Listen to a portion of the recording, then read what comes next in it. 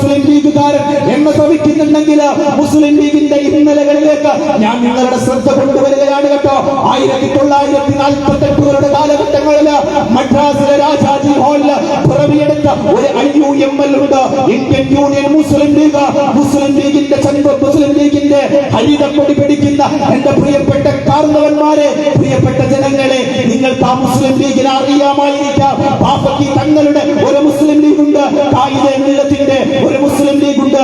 ആ മുസ്ലിം ലീഗ് ഏതാണെന്നറിയോ? അറബിക്കടലിന്റെ നടുക്കല് മുസല്ലയിട്ട് നമസ്കരിക്കുന്ന RSSകാരനെ കണ്ടാൽ പോലും വിശ്വസിച്ചു പോകരുത് എന്ന് പറഞ്ഞ ഒരു മുസ്ലിം ലീഗ് കേട്ടോ. ആ മുസ്ലിം ലീഗിനെ ഓർമ്മപ്പെടുത്തുകയാണ് പുതിയ തലമുറക്ക് ഞാൻ. നിങ്ങളുടെ സെമിനാറുകളില്, നിങ്ങളുടെ കൺവെൻഷനുകളില്, നിങ്ങളുടെ സമ്മേളനങ്ങളില് കേട്ടുകൊള്ളണമെന്നില്ല. RSSകാരന് നിങ്ങളേത് ചെന്നായുടെ ഏതാട്ടും തോലടഞ്ഞു വന്നാലും നിങ്ങൾ വിശ്വസിച്ചു പോകരുത് എന്ന ദീർഘവീക്ഷണത്തിന്റെ ഒരു മുസ്ലിം ലീഗിനെ ഞാനിവിടെ പരിചയപ്പെടുത്തുകയാണ്. മുസ്ലിം ലീഗിനെ അറിയുമോ നിങ്ങൾക്ക്? ഇന്ത്യൻ നാഷണൽ കോൺഗ്രസിന്റെ അമരക്ക സാരിയിൽ നെഹ്റു ഇരിക്കുമ്പോ ചോദിച്ചു, എന്തിനാണ് ഒരു മുസ്ലിം ലീഗ്? ഇന്ത്യൻ നാഷണൽ കോൺഗ്രസ് ഉള്ളപ്പോ എന്തിനാണ് ഒരു മുസ്ലിം ലീഗ് എന്ന് ചോദിച്ചപ്പോ ദീർഘവീക്ഷണത്തിന്റെ നേതാവിന്റെ പേര് CH. അറിയുമോ മുസ്ലിം ലീഗ്? അന്ന് CH കൊടുത്തൊരു മറുപടിയുണ്ട്, മിസ്റ്റർ നെഹ്റു, അങ്ങയുടെ കോൺഗ്രസിൽ ഞങ്ങൾക്ക് പ്രതീക്ഷയുണ്ട്, പക്ഷേ വരും കാല കോൺഗ്രസിൽ, അതെ നരസിംഹറാവുവിന്റെ കോൺഗ്രസിൽ ഞങ്ങൾക്ക് പ്രതീക്ഷയില്ല കേട്ടോ.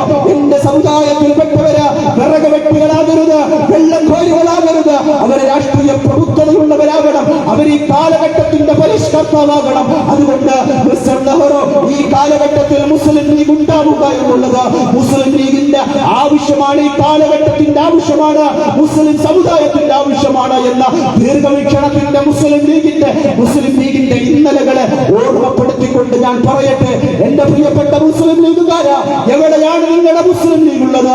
വർത്തമാന ഇന്ത്യയില് ഫാസിസത്തിന് വേണ്ടി കുഴലൂതുന്നവരായിക്കൊണ്ട് അധികാരത്തിന്റെ അപ്പകഷ്ടങ്ങൾക്ക് വേണ്ടിയിട്ട് ഈ വേദനാജനകമായ വർത്തമാന രാഷ്ട്രീയ സാഹചര്യത്തിൽ പോലും RSSന്റെ രക്തമായ ഒരക്ഷരമില്ലാതെ ഫാസിസത്തോട് ഞങ്ങൾ അണുമണി തൂക്കം കോംപ്രമൈസ് ചെയ്യില്ല എന്ന സോഷ്യൽ ഡെമോക്രാറ്റിക് പാർട്ടി ഓഫ് ഇന്ത്യയുടെ നിലപാട് നിങ്ങൾക്കറിയോ? കാസർഗോഡ് ജില്ലയിലെ മഞ്ചേശ്വരത്ത് BJPയുടെ ഇന്നത്തെ സംസ്ഥാന പ്രസിഡന്റ് അന്ന് നിയമസഭയിലേക്ക് പോവാൻ കുപ്പായമിട്ടപ്പോ ഞങ്ങളെ മുസ്ലിം ലീഗിന്റെ കൂടെ നിന്നത് മുസ്ലിം ലീഗിന്റെ തോന്നിവാസങ്ങൾക്കുള്ള പിന്തുണയല്ല കേട്ടോ.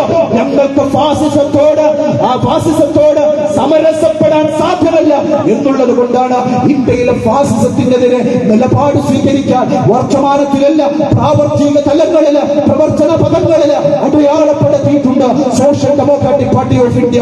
ഈ നാട്ടിലെ ജനങ്ങൾക്ക് ഞങ്ങൾ ഉറപ്പ് തരികയാണ്, ഞങ്ങളെ നാട്ടുകാർക്ക് ഉറപ്പ് തരികയാണ്, ഫാസിസം ഏതൊക്കെ തരത്തിലുള്ള കൊമ്പ് കുലുക്കിയാലും, ഫാസിസം എങ്ങനെയൊക്കെ കണ്ണുരുക്കിയാലും, ഫാസിസം ഏതൊക്കെ കോമ്പല്ല് കാണിച്ചാലും അതിനെ ഇന്ത്യയുടെ ഭരണഘടന ഉയർത്തിപ്പിടിച്ചുകൊണ്ട് ഞങ്ങളുടെ വിശ്വാസത്തെ ആയുധമാക്കിക്കൊണ്ട് ഇന്ത്യയുടെ ജനാധിപത്യത്തിന്റെ കൂടെ നിൽക്കാൻ, പ്രതിരോധത്തിന്റെ വന്മതിൽ തീർക്കാൻ ഈ തെരുവ് സാക്ഷിയായിക്കൊണ്ട് ഫാസിസത്തിന്റെ മുഴുവൻ ചെയ്തികളെയും ചെറുത്തു തോൽപ്പിക്കാൻ ഇന്ത്യയുടെ തെരുവോരങ്ങളിൽ social democratic party of India ഉണ്ടായിരിക്കുമെന്ന ഉറപ്പ് ഈ നാട്ടിലെ പൗരസമൂഹത്തിന് നൽകിക്കൊണ്ട്, പ്രിയപ്പെട്ടവരെ, ഇന്ത്യൻ ജനാധിപത്യത്തിന്റെ, ഇന്ത്യൻ മതേതരത്വത്തിന്റെ, ഈ രാജ്യത്തിന്റെ വീണ്ടെടുപ്പിന് വേണ്ടി ഞങ്ങളുടെ സംസ്ഥാന അധ്യക്ഷന് മൂവാറ്റുപുഴ അഷ്റഫ് മൗലവി കേരളത്തിൽ ഉടനീളം ഞങ്ങളെ പ്രഖ്യാപന സമ്മേളനങ്ങളുമായി ഞങ്ങൾ ഈ നാട്ടിലെ നാട്ടുകാരുടെ ഇടയിലേക്ക് ഇറങ്ങുകയാണ്. പ്രിയമുള്ളവരെ, വരുന്ന 21-ാം തീയതി പാലക്കാട്, നിങ്ങളുടെ പാലക്കാട് ജില്ലയിലേക്ക്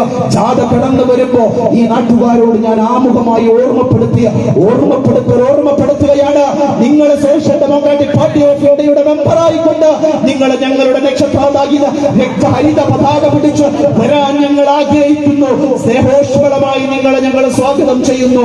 അതിന് നിങ്ങൾക്ക് തടസ്സമാണെങ്കിൽ നിങ്ങൾ വരിക.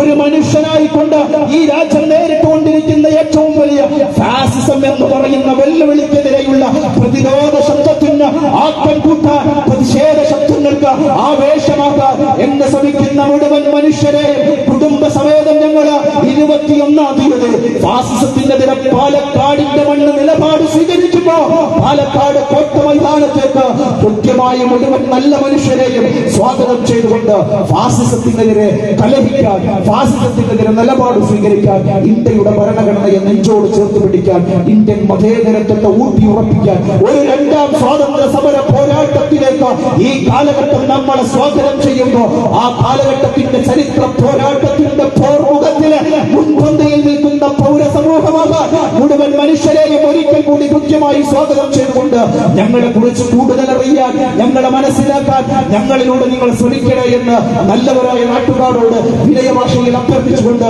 എന്നെ ശ്രമിച്ച നിങ്ങൾക്ക് ഒരുപാട് കൃത്യമായ നന്ദി നേർന്നുകൊണ്ട് നിർത്തട്ടെ. നിങ്ങൾക്ക് അഭിവാദ്യങ്ങൾ. ജയ് ഇന്ത്യ, ജയ് സോഷ്യൽ ഡെമോക്രസി.